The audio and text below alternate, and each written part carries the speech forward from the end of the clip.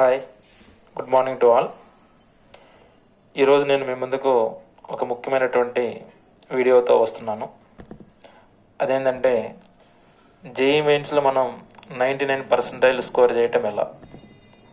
చాలామంది స్టూడెంట్స్ కూడా మాకు ఈ జేఈఈ మెయిన్స్ మేము క్రాక్ చేయలేము, ఇది మాకు కొంచెం డిఫికల్ట్గా ఉంటుంది అని చాలామంది స్టూడెంట్స్ ఫీల్ అవుతూ ఉంటారు.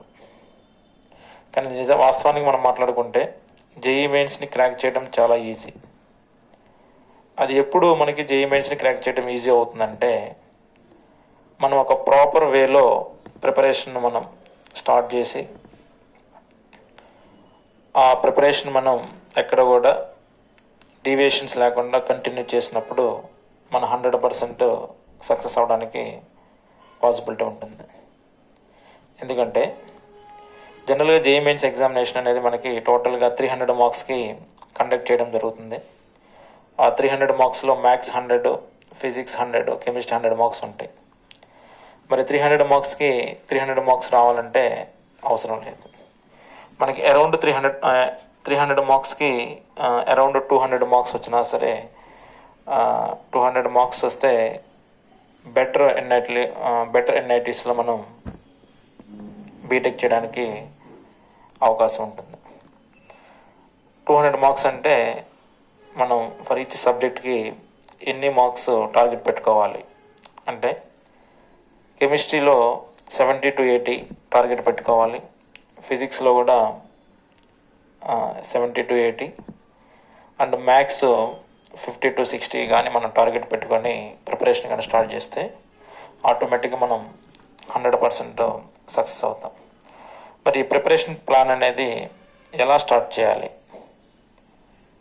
అంటే ఫస్ట్ మనం ఈ 3 monthsలో కూడా ప్రతి చాప్టర్ కూడా మనం ఒక షార్ట్ నోట్స్ అనేది ఒక ప్రిపేర్ చేసుకుంటే ఆ షార్ట్ నోట్స్లో మనకి ఇంపార్టెంట్ సినాప్సిస్ అండ్ ఫార్ములాస్ ఉండాలి. ఎందుకంటే ఎప్పుడైతే ఇంపార్టెంట్ సినాప్సిస్ ఫార్ములాస్ మనం ఒక షార్ట్ నోట్స్లో ప్రిపేర్ చేసుకుంటామో రివిజన్ ప్రాసెస్ అనేది మనకి ఈజీ అయిపోతుంది అనమాట.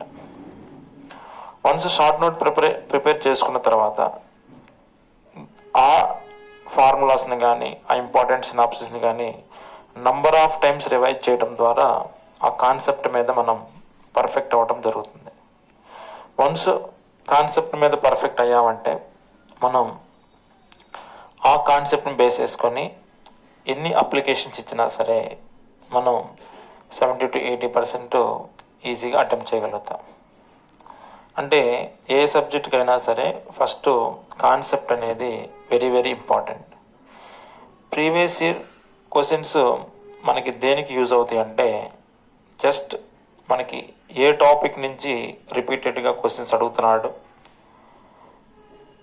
ఏ లెవెల్లో అడుగుతున్నాడు అనేది మనం ఎనాలిసిస్ చేసుకోవడం కోసం మాత్రమే ఈ ప్రీవియస్ ఇయర్ క్వశ్చన్స్ అనేవి మనకి యూజ్ అవుతాయి అన్నమాట.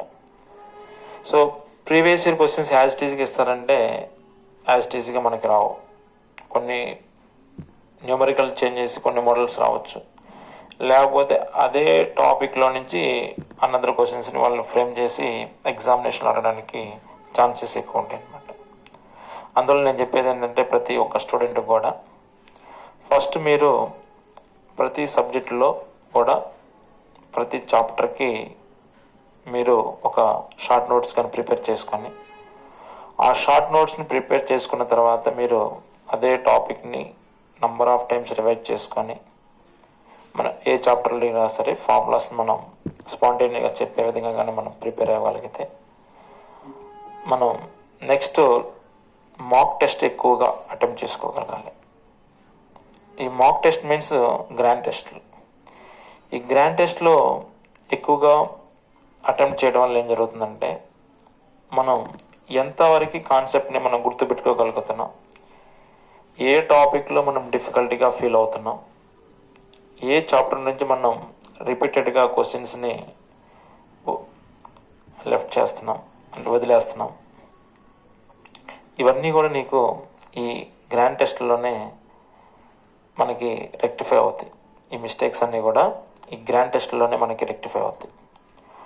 అందువల్ల ప్రతి ఒక్క స్టూడెంట్ కూడా ఎవరైతే మెయిన్స్ రేపు 2026 జనవరి ఫస్ట్ ఫేజ్కి అటెంప్ట్ చేస్తున్నారో వాళ్ళు అందరూ కూడా నేను చెప్పేటువంటి ఈ టిప్స్ కానీ ఫాలో అయితే 100% సక్సెస్ అవుతారు.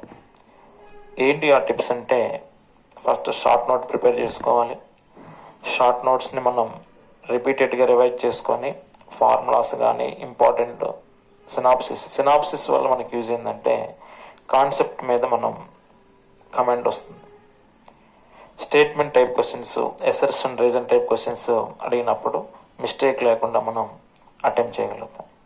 ఈ ఫార్ములాస్ ఏంటంటే మనకి న్యూమరికల్స్, ఫిజికల్ టాపిక్స్గా ఎక్కువగా మనకి కెమిస్ట్రీలో తీసుకున్నప్పుడు ఫిజికల్ టాపిక్స్ మనం ఈజీగా సాల్వ్ చేయగలుగుతాం అన్నమాట.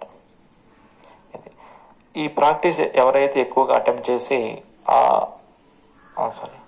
ఈ గ్రాండ్ టెస్ట్లు ఎవరైతే ఎక్కువగా అటెంప్ట్ చేసి ఆ గ్రాండ్ టెస్ట్లో మిస్టేక్స్ని రెక్టిఫై చేసుకుంటారో వాళ్ళు రేపు ఫస్ట్ ఫేజ్లో ఎగ్జామ్స్ని కాన్ఫిడెంట్గా with less number of negative marks తోటి వాళ్ళు బెస్ట్ స్కోర్ చేయడానికి అవకాశం ఉంటుందన్నమాట.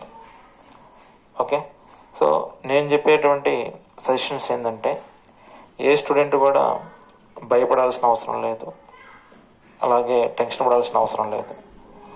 మీకు వచ్చినటువంటి కాన్సెప్ట్నే, మీరు గుర్తుపెట్టుకోగలిగినటువంటి కాన్సెప్ట్నే మీరు నంబర్ ఆఫ్ టైమ్స్ కానీ రివిజన్ చేయగలిగితే ఆటోమేటిక్గా మీరందరూ కూడా సక్సెస్ అవుతారు. మరి ఈ రివిజన్ చేసే ప్రాసెస్లో ప్రాక్టీస్ అనేది వెరీ వెరీ ఇంపార్టెంట్. ప్రాక్టీస్ చేయాలి. రఫ్ నోట్స్ తీసుకొని ఈచ్ అండ్ ఎవ్రీ పాయింట్ని కూడా మీరు ఒకసారి రిటర్న్గా కానీ రాయగలిగితే ఆటోమేటిక్గా ఆ కాన్సెప్ట్ని మీరు లాంగ్ టైం గుర్తుపెట్టుకోవడానికి అవకాశం అనేది ఉంటుందన్నమాట. ఓకే, సో మరి ఎక్కువ మంది స్టూడెంట్స్ అనేది సఫర్ అయ్యేది ఎక్కడంటే, మేము చదువుతున్నాము మాకేం గుర్తుండలేదు అనే చాలామంది స్టూడెంట్స్ అనేవి జనరల్గా ఫీల్ అవుతూ ఉంటారు. మీరు చదివేటప్పుడే ప్రాక్టీస్ కూడా సైమల్టేనియస్గా కానీ చేయగలిగితే ఆ డిఫరెన్స్ అనేది మీరు అబ్జర్వ్ చేయగలుగుతారనమాట. ఎప్పుడైతే 1 వీక్ అలా కానీ మీరు కంటిన్యూగా కన్సిస్టెన్సీగా చేయగలిగితే ఆ డిఫరెన్స్ని మీరు అబ్జర్వ్ చేయగలిగితే ఆటోమేటిక్గా సెకండ్ వీక్ నుంచి అదే మీరు ఫాలో అవ్వగలుగుతారు. డిఫికల్టీ ఏరియాస్ ఎప్పుడు కూడా మీరు ఏం చేయాలంటే రిపీటెడ్గా రివైజ్ చేసుకుంటూ ఉండాలి. కొన్ని మెమరీ బేస్డ్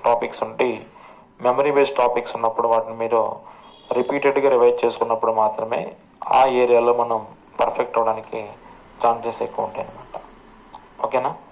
సో ప్రతి ఒక్కళ్ళు కూడా నేను చెప్పేటువంటి ఈ గైడ్లైన్స్ని ఫాలో అవుతూ వాళ్ళ ప్రిపరేషన్ని స్టార్ట్ చేస్తారని నేను ఆశిస్తూ ఈ వీడియోని ఇంతటితో ఎండ్ చేస్తున్నాను. Okay, thank you to everyone. Please subscribe my channel and like my videos. మీరు మా ఛానల్ని సబ్స్క్రైబ్ చేసుకొని లైక్ అని చేస్తే ఇలాంటి వీడియోస్ మరిన్ని చేయడానికి అవకాశం ఉంటుంది. Okay, thank you to all.